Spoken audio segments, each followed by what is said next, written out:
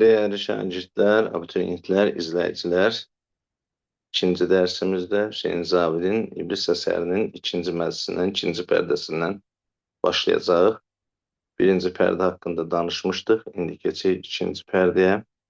İkinci pərdədə bir ərəb zövqünə uyğun süslü bir salondur və burada bir toy hazırlığı məsələsi var və bu hazırlıq məclisində İbn Yəmin, daha doğrusu İblis qulluqçu simasında fəaliyyət göstərir.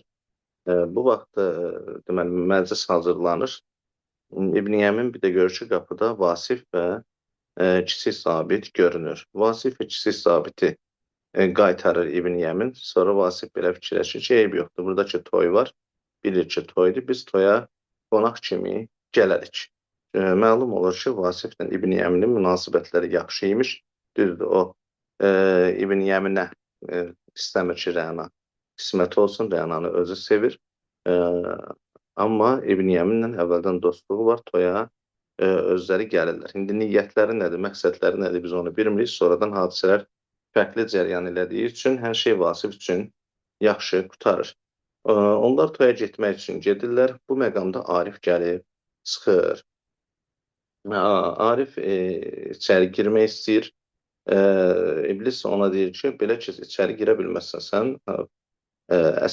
silahın varsa, pulun varsa, ancaq o cür içəri girə bilərsən. Bu başdan deyim ki, ikinci pərdə haqqında orta məktəb dərsində çox az məlumat verilib. Hadisələrin necə baş verdiyini ümumiyyətlə o hissəni oxumaqdan anlamaq olmur. Yəni bu qara hərflərdə verdiyim hissə, yəni dərslikdən olan hissəni oxuyuram. Demək, Vasif də gəlib gedəndən sonra Arif gəlir. İblis ona deyir ki, söylə dərdin nədir, aydın söylə. Arif deyir, mərhəmət qıl da, aman lütf eylə, söylə Rənaya ki, Arif gəlmiş. İblis, anladım dərdini, lakin bu zor iş. Ona nail olur ancaq onlar ki, avucular dolusu altın var. Arif, bəndə yox altın, əzizim. Zira uyumamış sərvətə könlüm əsla.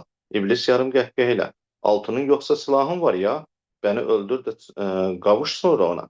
Arif, yox silahım da yox, insaf elə. Sanma vəhşi, bəni sən bir öylə. Demək, gördüyümüz kimi İblis Arif'in silaha, qızıla sarılmasını istəyir. Zaten özü ona birinci pərdədə silah, qızıl vermişdi. O da ona onlardan imtina eləmişdi, tullamışdı. Amma istəyir ki, qayıdıb bir gün o qızılı silahı əldə eləsin. O silahdan kimisə öldürsün, qızıldan kimisə satın almağa çalışsın. İblis ondan deyir ki, bir şeyin yoxsa da könlün var ya, bana ver könlünü. Arif sözsüz ki, könlünü verməkdən söhbət gedə bilməz. Arif hələ dəyişilməyib. Sadəcə olaraq ilk uşaqlıq, gənclik eşqi baş qaldırıbdır. O eşqinin dalından gəlib. Arif burada içməyə su istəyir. İblis ona araq verir. Araq da bilirsiniz, rakı deyil, acı olur. Sonra Arif üz gözünü turşudandan sonra ona bu dəfə də şərab verir. Şərab isə bildiyiniz kimi şirindi. Arif bir sözdən Arifi içkiyə alışdırmağa başlayır. Arif deyir, içəndən sonra bir qədər məmnun, nəşəli halda artıq əhvalı düzəlməyə başlayır. Bu məqamda Rəna gəlir, çıxır. Rənanın gəlib çıxmamışdan qabaq onu deyim ki, artıq İblis Rənaya deyib ki, sənin üçün bu toy hazırlığıdır. Bu məsələdən Rəna çox əsəbləşir, heç demə. Rəna bizim bildiyimiz qədər də saf deyilmiş. Rənanın əlində İbn Yəminlə bağlı İbn Yəmini həbs etdirə biləcək sənədlər var imiş. Demək ki, o sadəlöv bir qız kimi İbn Yəminə inanıb onun arxasınca düşməyibmiş. Həm də istənilən vaxtda İbn Yəminlə haqq hesab çəkmək gücündə imiş. Rəna əlində kağızlarla gəlir və o kağızları Arifə verir ki, onu polislərə versin və İbn Yəmini həbs elətdirsin. Arif də gördüyünüz kimi deyir, bana ver şimdi o azğın canı var, bulur əlbəttə cəza, qurtulmaz. Zaten Arif hələ deyə bilmir ki, sənin atayını da o öldürübdür, amma bunu eləyə bilir. Və keçir gedir, İblis, deməli, İbn Yəminlə, İblislə Rəna qalır, bunların arasında müəyyən bir söhbət gedir. İblis gəlib İbn Yəminə deyəndə ki, bəs nə tərdi vəziyyət, deyir ki, hər şey yaxşıdır, qız sevinir. Rəna amma ona etirazını bildirir ki, sən məni bura yaralıya baxmaq üçün gətirmişdin. O da deyir ki, bəs elə mən də yaralıyam. Elə belə biraz yarı mübahisəli söhbət zamanında Rəna da onu zaten şübhələndirmək istəmir. Amma həm də öz sözünü deyir. Çünki artıq polislərin yolda olduğunu düşünür. Bəli, İbn Yəmin Rəanaya deyir ki, get gülüm sonra məhəbbət eləyərik, söhbət eləyərik. Və qonaqlar gəlirlər. Vasiflə İbn Yəmin çox xoş görüşür. Toy məclisi təsvir olunur. Burada rəqqasələr gəlir, oynayırlar falan. Elə bu məqamda Arif ilə bərabər iki qanun nəfəri, yəni polis gəlir və onlar Arif İbn Yəmini həbs edirlər. Onları İbn Yəmini həbs eləyib çıxanda Arif də qonaqlarla bərabər çıxar. Və o geri qaydana qədər, bu bizim dərslikdə yoxdur. Yəni geri qaydana qədər Vasiflə Rəna bir-birindən birləşib qaçarlar.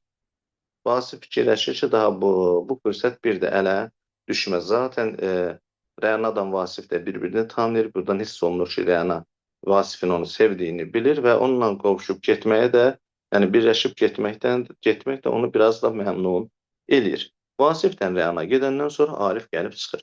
Arif gəlir, çıxır, sevincək gəlib, görürsünüz, tünd hərflərdən vermişik və iblisdən soruşur ki, Rəna hanı? Deyir ki, bir zabitə uydu, çıxdı, getdi. Hara getdi? Yolu nişan verir. Arif məlum olur ki, o yolu tanıyır və düşür onların arxasınca. Demək, ikinci məclisin qısa məzmununu tanış olduq biz. İndi keçirik üçüncü məclisə, üçüncü pərdəyə. Bu dəfə hadisələr yenə cəryan edir. Havərcilin İxtiyar Şeyxin, qoca şeyxin evində. Burada bir yaralı zabit qoyub getmişdi, yadınıza gəlirsə, Vasifdən kiçik zabit. Həmən yaralı zabit sağalıbdır. Bu vaxt onlara başqa bir türk zabiti gəlir. İxtiyar Şeyx yerdə su içməyə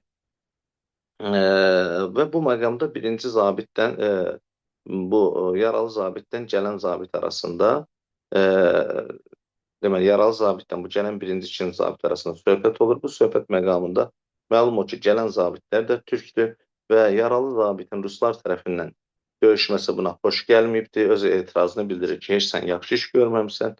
Yaralı zabit də düşdüyü vəziyyətdən dolayı ruslar tərəfindən döyüşdüyünü dilə gətirir. Hətta öz şərəfini qorumaq üçün özünü öldürmək belə istəyir, amma imkan vermirlər. Elə bu məqamda bir ərəb zabiti gəlir, çox sevincək. Ərəb zabiti niyə sevinir? Çünki türklər məğlub olublar. Bu əsərdə biz görürük ki, Hüseyin Cavidin ərəblərə heç də xoş münasibəti yox. Bu ifadəni oxumaq istəyirəm. Yaralı zabit deyir, hissli və qızğın deyir, ah ərəb, cismi, ruhu, qəlbi ərəb. Yəni qəlbi ərəblərin, deməli qəlbinin belə qara olduğu düşüncəsindədirlər. Və nəticədə nə olur? Bu yaralı zabit, bu ərəb zabitini sevindiyi üçün, İstanbulu ingilislər tərəfindən fəth edildiyini dediyi üçün vurub, öldürür və o biri zabitlərə, birinci, ikinci zabitə qoşulub cəbhəyə gedirlər. Burada bu hissələr bizim dərslikdə yoxdur.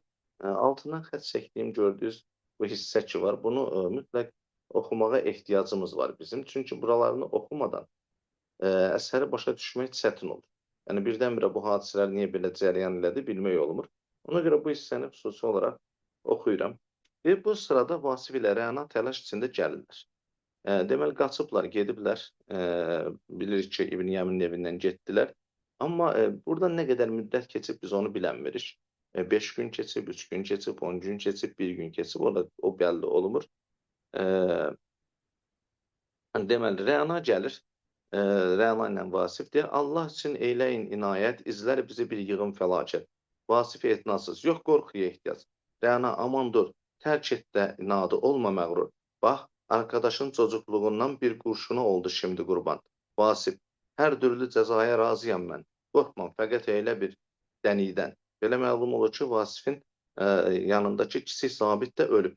Bu nə toqquşma olub, nə atışma olub, biz orasını çox da dəqiq bilmirik. Ola bilsin ki, İbn Yəminlə bağlı olur. Çünki bu arada görəcək ki, İbn Yəmin də gəlir bura çıxır. Vasif, demək, xavər, kimdir əzəba o xain alsaq, Rəna? Xavər, onu sorma. Deməli, gəliblər xavərcinin qapısına, xavərdə söhbətə müdaxilə olur. Xavər, kimdir əcəba o xain alsaq? Rəna, xavər, onu sorma, yer ver ancaq. Xavər, aldınsa da Arifi əlimdən, hər yardıma işdə hazıram mən. Bəli, Rəna başa düşür ki, xavər başa düşür ki, Arifin onun əlindən çıxması, onu atıb getməsinin səbəbi Rənadır. Yəni, bu məsələ artıq həllini tapıbdır. İblis Qülbəyə daxil olurlar. Xavər onları daha içəri keçirmək istəyir, amma iblis deyir, buraxmaz, deyir, dur getmə, sakın o dürlü yerlər hep şübhəyi cəlb dəvət eylər. Yəni onun xavərin Rəananı gizlədəcəyi yerin şübhəli yer olduğunu, daha doğrusu onu axtaranların tapa biləcəyini düşünür. Bir qülbədəki həsili bir tərəfə çəkər, ufaq bir qapıyı qaldırıb da Rəanaya, deməli padval var, zirzəmi var, o zirzəmiyə salır Rəananı. Deyir ki, haydi qızım, şu yerdə saxlan. Rəana aşağı iner, iblis qapağı endirib təkrar üzərini həsirlə örtər. Vasifin qolundan tutub deyir, ormanı göstərir. İşte sana da geniş bir orman. Bir tərəfə çəkilər, qeyb olduqları kimi Arifin fəssiz olaraq olan anda Arif fəssiz olaraq, papaqsız, yəni gəlir, Xavər ona doğru qoşar. Amma yaxlaşdığı sırada birdən-birə küskün və şaşkın bir tevr ilə ürküb geri çəkilir. Çünki Arif elə bir haldadır ki, keyfli, özünü idarə edə bilməyəcək halda, düşkün bir vəziyyətdə. Xavər ona çox da yaxınlaşamır. Bu hissəcə artıq dərslikdə var. Deyir ki, Xavər, bana bax, zavallı Xavər. Bir söylə, nədir bu hali müstər? Ağuşuma qoşmaq istiyorkən ürktün, nə üçün şu sərsəridən? Artıq sərsəri vəziyyətdədir. Xavər, qoşdum sana sevdiyimdən, amma baxdım ki, sevilməyənlər əsla layiq deyil olmağa həmavuş. Ürktüm də, çəkildim, işdə məthuş. Yəni, dəhşətli olan burasıdır. Arif o dəqiqə Xavəri deyək ki, danlayır deyim da, deyir, artıq yetişir bu sərzənişlər, əfv elə, qüsura baxma Xavər. Bunların arasında söhbət məqamında Arif deyir ki, dur, qəlbimi bir də yaxma artıq, Arif fəqət intihara layiq. Bəndən babana salam deyərsən, gəlmişdi də şimdi getdi dersən, gedəcək olur, amma Xavər deyir, yox getmə, babam gəlir bu saat, dur bir verəyim xəbər. Arif yenə cibindən deyir, araq şüşəsini qaldırır, çəkir başına, çox keyfli bir vəziyyətdədir və bu məqamda o vaxtdan iblisin ona verdiyi silah ki var idi, onu yerdən götürür. Deməli, bəs öz aldığını nişan alır, istəyir ki, öldürsün özünü. Çünki artıq çox bir düşkün vəziyyətdədir, depressiya vəziyyətindədir. İblis gəlir, iblis qoymur. İblis imkan vermir ki, Arif deyək ki, adam kimi ölsün. Onu öldürməyə qoymur və ona qandırır ki, bəs Rəana buradadır. Bu hissəsini oxumaq istəyirəm, altından xətt çəkdiyim hissəni, yoxsa məsələni anlamaq olmur. İblis, bir yanda durub o bəklə, yanda da durub da bəklə dərhal parlar sənə də bir pəri amal. Qülbəyə daxil olur, həsri bir tərəfə çəkir, Arif bir güşədə bəklər. Görsəm onu bir də görsəm iblis, dur söyləmə, qapağı açar, başı söylənmə, baş qapağı açar, başını qaldıran Rəanaya. Ah, Nuri Didəm, halın nə qədər də qəmli küskün. Bir şey yemək istəməzmi könlü Rəana? Lütfən azacıq su ver. İblis boş qabı götürər, dəsti alar. Pək əla. Yox dəstidə heç su. Yoxmuş əsla. Saxlan yenə. Haydi görməsinlər. Saxla baxalım nə oldu Xavər. Qapağı indirər və üzərini həsirlə örtər, qülbədən çıxarlar. Arif iblisin ayaqlarına qapanar. Son dərəcə həyəcanlı. Bir xızırmı ya, mələk misən sən? Yalnız bunu bilmək istərəm mən. İblis, heç sorma, o sirri şimdi sorma. Gəl, bəri pək yaxında durma. Arif mütərəddid addımlarla da bir qədər çəkilər, amma iblisin uzaqlaşdığını görüncə təkrar içəri girər, istəyir ki, həsiri qaldırıb Xavəri görsün, daha doğrusu Rəananı görsün, Xavər gəlir. Yəni, biz bu məqamı bilməsək, yəni iblisin oynadığı rolu da bilmirik. İblis gördüyünüz kimi Arifi intihar eləməyə qoymur və Rəananın yerini də ona göstərir və gedir. Arif də istəyirdi ki, təzdən Rəananı görsün, bu məqamda Xavər gəlir və bunlar burada mübahisə edirlər. Arif Xavərə deyir ki, bəs burada bir mücəffər var. İstəyir ki, Xavər onu qoymasın. O da hissənir, qovmaq istəyir ki, çıx buradan, get cinən, görünmə gözümə. Xavər onda sinirli deyir ki, xayır, bu evdən sən getməlisən, fəqət deyil mən təbdili tövr ilə, yox getmə, əvət qal, lakin onu həp unut. O həm istəyir ki, Arif getsin, həm istəyir getməsin. Getməməyini bu şərtdən istəyir ki, Rəananı unutsun. Amma mübahisə edirlər. Onda Xavər, sarxoşmu, nəsin? Gəl işdə əvvəl məhv et məni də, olmuyum da əngəz. Çünki onu istəyirdi ki, qırağa çəksin, istəyirdi ki, girsin, Rənanı görsün və burada mübahisə zamanıdır. Gəl məni deyir, əvvəl məhv elə, əngəl olmayım deyəndən sonra hirslənir. Elə bil ki, o söz ona biraz da stimul verir, Xavəri boğub öldürür. Sonra Arif üzərini Xavərin həsirlə örtər, ufaq bir düşüncə və tərəddüddən sonra bodrumun qapağını açar, Rəna heyrətlə başını qaldırır, sən misən Arif? Arif onun əlindən tutub çıxarır. Sabıq ol, durma gəl. Rəna arxası cənazəyə olaraq, çünki o Xavəri görmür. Neredeydin? Arif səbirsiz. Gəl gedəlim, sorma gəl. Gəl sapıq ol, gərçə sən attın bəni, Arif unutmaz səni, atmaz səni. Gəl gedəlim, gəlmədən İbn Yəmin. Rəna bodruma işarətlə. Gəlsə də zənnimcə bu yer pək əmin, Arif. Burada durulmaz. Çəkilib qaçmalı, vəhşətdən uzaqlaşmalı. Hər ikisi təlaş və istirab içində uzaqlaşaraq görünməz olur. Çünki orada qala bilməzdilər. Çünki qalsalar nə olardı? Xavərin meydini görərdi. Rəna ömründə Xavəri öldürmüş bir adama qoşulub getməzdi. Və Rəna ilə Arif gedəndən sonra da İbn Yəmin gəlir. Yuxarıda demişdik ki, İbn Yəmin görünür ki, Vasifi izləyirlərmiş və onun kiçik zabiti, onun yanındakı dostu da görünür İbn Yəmingil öldürübmüş. İbn Yəmin kim əcaba, kim deməli gəlir, soruşur ki, Rəna hardadır? Deyir ki, bir nəfərdən getdi. Deyir, kimlə getdi o? O da deyir ki, işte Rənaya uyan bir səfil. Deyir, nerede onlar? Deyir, savuşub getdilər. Şimdi fərar etdilər. İndi qaçıb getdilər.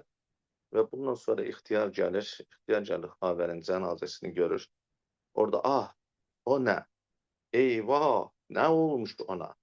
Məyus və şaşqın baxışlarla cənazəyə yaxlaşır. Qolları köksündə çarpaz edər. Titrək, acı bir fəryad ilə.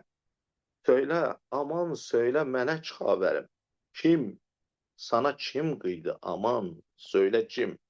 Qucaqlayar, öpər. Bu hissədə oxumaq istəyirəm sizin üçün. Burada İxtiyar şeyxin, qoca bir şeyxin həyat barədə düşüncələri, fikirləri var. Bu dolayısıyla həm də elə Hüseyn Cabidin fikir və düşüncələri. Tərk edərək biz bütün insanları məskən edindik fəqət ormanları. Görməyəlim ta mədəni vəhşəti, zülmü, cinayətləri, süfliyyəti, qaçdığımız qəhr-i fəlakət izi buldu əvət, buldu nəhayət bizi. Köpürdükcə şu xain bəşər, yeryüzü daim qusacaq zülm-ü şər, məzhəbə dönmüş də bütün kainat, məzbəhə dönmüş də bütün kainat, qeyri çəkilməz şu müləvvəz həyat ətrafındakıları qızın. Ya siz, ey insanlığı təhqir edən, duyğusu vicdanı sönüklər, həmən dəf olun artıq bana rahat verin göyə doğru. Nerede? Fəqət Tanrıyı bir göstərin, ona var söyləyəcək sözlər. Artıq İxtiyar şeyx Allaha da belə üsyan eləmək istəyir. Allahın qoyduğu bu gedişata, bu necə deyim, necə ifadə eləyim, nizama bir üsyan edir. Və əsər yavrum, aman nazlı mələk Xavərim deyərək bitir. Üçüncü pərdədə bununla bitdi. Hələlik diqqətinizə görə təşəkkür edirəm. Üçüncü dərsimizdə son pərdədən, son məclisdən danışacağıq. Əgər sizə bir faydam olsa, mənim üçün nə mutlu.